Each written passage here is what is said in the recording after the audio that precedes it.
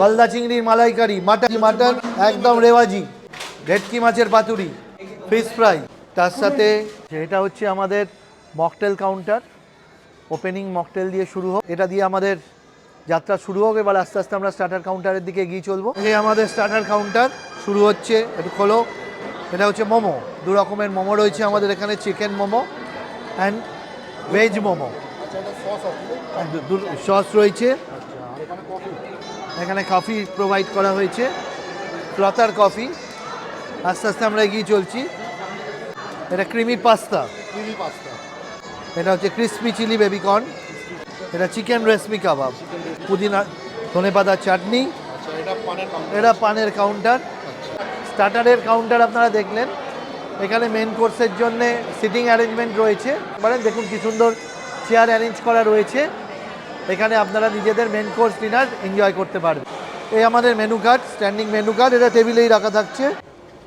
এই যে বেবি নান রেডি হচ্ছে। আচ্ছা, এটা কি মশলা কুলচা না মানে শুধু নান?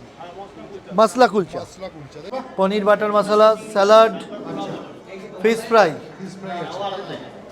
তার সাথে মশলা কুলচা রেডি হয়ে চলে এসছে। ছানার কালিয়া, গলদা